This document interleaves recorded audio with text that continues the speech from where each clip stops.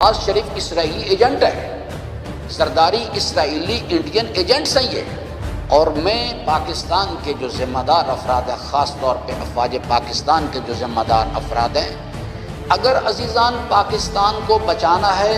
تو پھر یہ اس عدلیہ کا بندوبست کریں۔ یہ انہی کے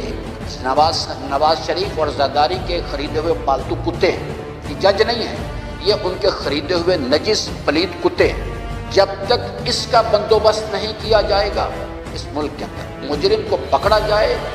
اور اس کو سزا ہوتی ہوئی دکھائی دے سب کو، جس کے بارے میں حضرت نے فرمایا کہ میری امت کے درمیان ایک حد کا جاری کیا جانا، یعنی چور کو پکڑو چوک پر بلا کے اس کے ہاتھ کاٹو، مجرم کو پکڑو چوک پر لا کے اسے پھانسی دو، اور سارے شہر کو بلاؤ کو آ کے دیکھو، تو پھر تو امکان ہے۔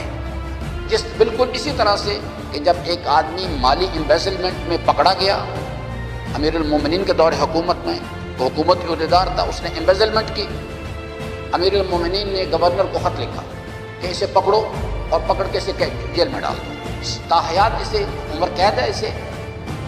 یہ شخص جو ہے قید خانے سے باقی قیدی جو حضرات جو ہیں ان کو تو پھر بھی جمعے والے دن اجازت دو کہ باہر آ جائیں اور آ کے نماز پڑھ لیں، لیکن اس کو جمعے والے دن بھی اجازت نہیں دو تا وقت کہ کسی قید خانے کے اندر اس کی موت ہو جائے۔ اس طرح سے پکڑنا چاہیے۔ ویسے آئیڈیل تو یہ ہے کہ ولی امر کے پاس اختیار ہوتا ہے کہ چائنا کا فارمولہ اڈاپٹ کیا جائے، جو آدمی بھی ایمبیزلمنٹ میں پکڑا جائے، چاہے فائز عیسیٰ ہو، نواز شریف ہو، زرداری ہو، فلاں ہو، سیدھا فائرنگ اسکواڈ کے سامنے کھڑا کر دیا۔ وہاں قانون یہ ہے کہ وہ گورنمنٹ سیدھا فائرنگ اسکواڈ کے سامنے کھڑا کرتی ہے، اور وہ جو گولی ماری جاتی ہے اس کے ورثاء کو لاش نہیں دیتے، کہتے نہیں پہلے اس گولی کے پیسے لاؤ، یہ پبلک ماسس کی منی ہے، اس کے پیسے سے اس پر گولی ماری گئی ہے، اس کے نجس وجود کے لیے پیسہ ضائع نہیں ہم کر سکتے۔ ان افراد کو، جو افراد اس قسم کے ہیں، ان کو پھانسی لگانے کی ضرورت ہے، ان کو سارے شہر کو بلا کے دکھایا جائے، فوارہ چوک پہ بلایا جائے، دیکھو آج فلاں آدمی کو گولی مارے گئے۔ پاکستان میرے عزیزان بالکل سیدھا ہو جائے گا، پاکستان میں پوٹینشل کی کوئی کمی نہیں۔ یہ جو ڈاکو، چور، بدکار، زانی